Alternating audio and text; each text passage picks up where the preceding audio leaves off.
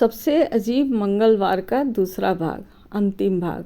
Carol ने अपना thermos counter पर धीरे धीरे और सधे हुए अंदाज में रखा, ठीक वैसे ही जैसे कोई ऐसा इंसान करता है जिसने इससे भी कहीं ज़्यादा बुरी चीज़ों का सामना किया हो।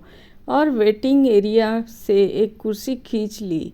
वह बैठ गई, अपने पैर क्रॉस किए और मिल हेवन सेविंग्स एंड ट्रस्ट के फर्श पर जमा हुए लोगों के ग्रुप को ऐसा देखा जैसे कोई टीचर अभी अभी यह पता चलने पर देखती है कि पूरी क्लास एक ही टेस्ट में अलग अलग अनोखे तरीक़ों से फेल हो गई है। चलो शुरू से शुरू करते हैं, उसने कहा। तुम, उसने डैनी के तरफ इशारा किया। यह डेकर कौन है? एक आदमी। किस तरह का आदमी? ऐसा आदमी जो अपने उंगलियों के जोर बहुत ज़्यादा चटकाता है। कैरल प्रिया की तरफ मुड़ी। और वह 40,000 मेडिकल बिल थे। उसमें से 38,000, बाकी के 2,000 एक गलती थी जो हाथ से निकल गई। $2,000 हाथ से कैसे निकल सकते हैं? मैंने एक नाव खरीदी, प्रिया ने कहा। मुझे नहीं पता क्यों, मैं तो पानी के पास रहती भी नहीं हूँ। वह मैंने हॉलवे में रखी है। मैंने अपने रूममेट को इसके बारे में बताया भी नहीं है। ब्रेंट, जो अभी भी हॉलवे के किनारे पर खड़ा था, ने अपना हाथ उठाया। उसने कयाक चलाने वाला चप्पू भी अलग से खरीदा था, दूसरी वेबसाइट से, पूरी कीमत देकर। ब्रेंट, मैं तुम्हें जान से मार दूंगी, प्रिया ने कहा। कैरल ने चुप रहने का इशारा करते हुए अपना हाथ उठाया। उसने फिर से डैनी के तरफ देखा। तुम्हें इस डेकर को कितने पैसे देने हैं? 12,000। और तुम्हें लगा कि पानी वाली बंदूक से बैंक लूटना ही इसका हल है? डैनी के चेहरे पर शर्मिंदगी साफ झलक रही थी। मेरे पास एक चिट्ठी भी थी, मुझे दिखाओ। उसने अपने जैकेट से कागज़ का एक मुड़ा हुआ टुकड़ा निकाला। कैरल ने उसे लिया, पढ़ा और बिना कोई भाव दिखाए मार्कस को थमा दिया। मार्कस ने उसे पढ़ा और अपनी मुट्ठी में मुंह छिपाकर धीरे धीरे हंसने लगा। उसमें प्लीज़ लिखा है, मार्कस ने कहा। मेरी परवरिश अच्छे संस्कारों के साथ हुई है, डैनी ने कहा। कैरल खड़ी हुई, खिड़की की तरफ गई और बाहर मंगलवार की सुनसान सड़क की तरफ देखने लगी। पार्किंग मीटर पर एक कबूतर बैठा था। कबूतर ने पलटकर उसकी तरफ देखा। वह मुड़ी। अब आगे यह होने वाला है, उसने कहा। प्रिया, तुम्हें एक पूरी जानकारी देने और पैसे चुकाने के समझौते पर दस्तखत करने होंगे, जिसे मैं अगले 20 मिनट में अपने लैपटॉप पर तैयार कर दूंगी। बैंक तुम्हारी सैलरी से पैसे काटने का एक प्लान बनाएगा। तुम पर कोई केस नहीं चलेगा, क्योंकि सच कहूँ तो सिर्फ कागजी कार्रवाई में ही इतना ज़्यादा समय लग जाएगा कि उसका कोई फ़ायदा नहीं होगा। और तुम्हारी माँ बीमार है और मैं कोई पत्थर की बनी हुई नहीं हूँ। प्रिया ने पलकें झपकाई। ठीक है, यह कयाक नाव तुम अपने पास ही रख सकती हो। इसे एक सबक समझना, ठीक है? कैरल ने डैनी के तरफ देखा। तुम असल में करते क्या हो? डैनी हिचकिचाया। मैं अभी कुछ नया करने की सोच रहा हूँ। कुछ नया सोचने से पहले क्या करते थे? मैं बही खाते का काम करता था, ज़्यादातर छोटे मोटे बिजनेस के लिए। असल में मेरा मतलब है, मैं इस काम में काफ़ी अच्छा था, इससे पहले कि सब कुछ। उसने हाथ से एक अस्पष्ट इशारा किया, जिससे शायद उसकी ज़िंदगी के पिछले कुछ साल जाहिर हो रहे थे। कैरल ने काफ़ी देर तक उसकी तरफ देखा। बैंक में पिछले 4 महीनों से पैसे आने जाने का हिसाब रखने वाले विभाग में एक पद खाली पड़ा है। सैलरी ठीक ठाक है, काम के घंटे बहुत शानदार नहीं हैं, लेकिन हेल्थ प्लान काफ़ी अच्छा है। उस किशोर लड़के ने अपना हाथ ऊपर उठाया। क्या आप अभी उसे नौकरी का ऑफ़र दे रही हैं? हाँ, दे रही हूँ।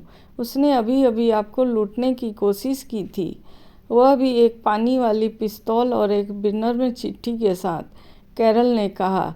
मैंने तो लिंक्डइन से इससे भी बुरे लोगों को नौकरी पर रखा है। डैनी ने अपना मुंह खोला, फिर बंद कर लिया और बोला, डेकर का क्या होगा? मार्कस काफ़ी देर से चुप था। मार्कस के चुप रहने का मतलब था कि वह कुछ सोच विचार कर रहा था।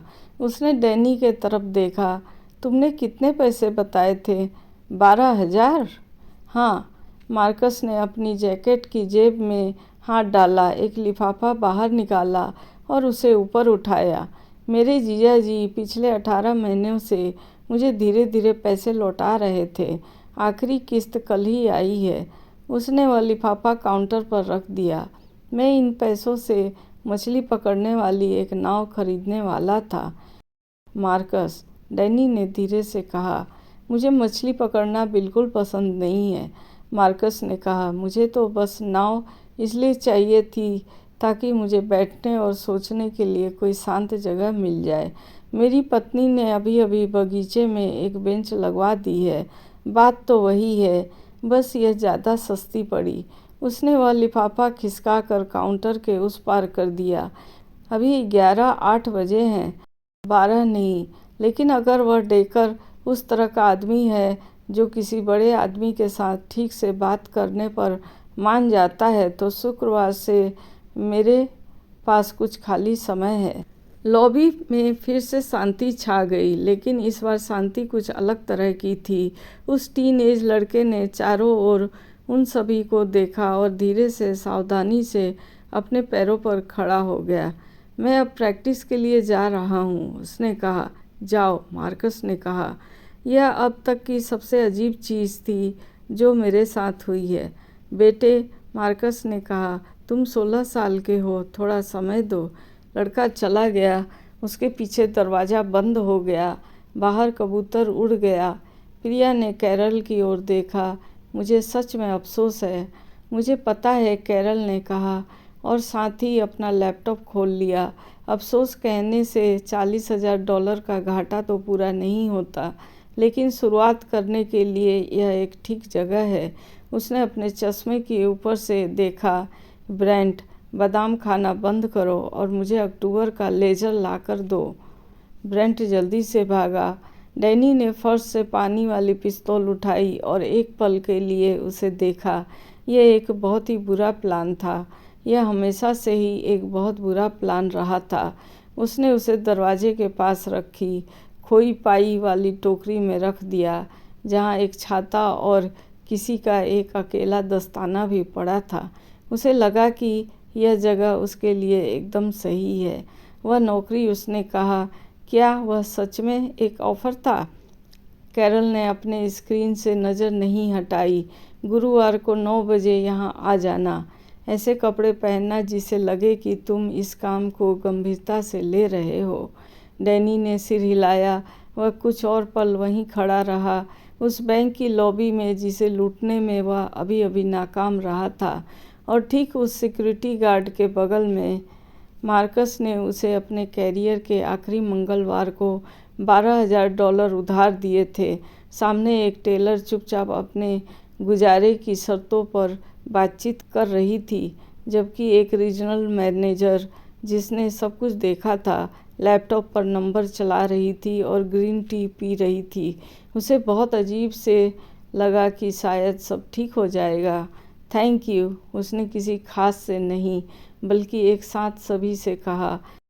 मार्कस ने अपनी खाली बरीटो फॉइल उठाई, महसूस किया कि वह पहले से ही कूड़ेदान में है, और बस सिर हिलाया।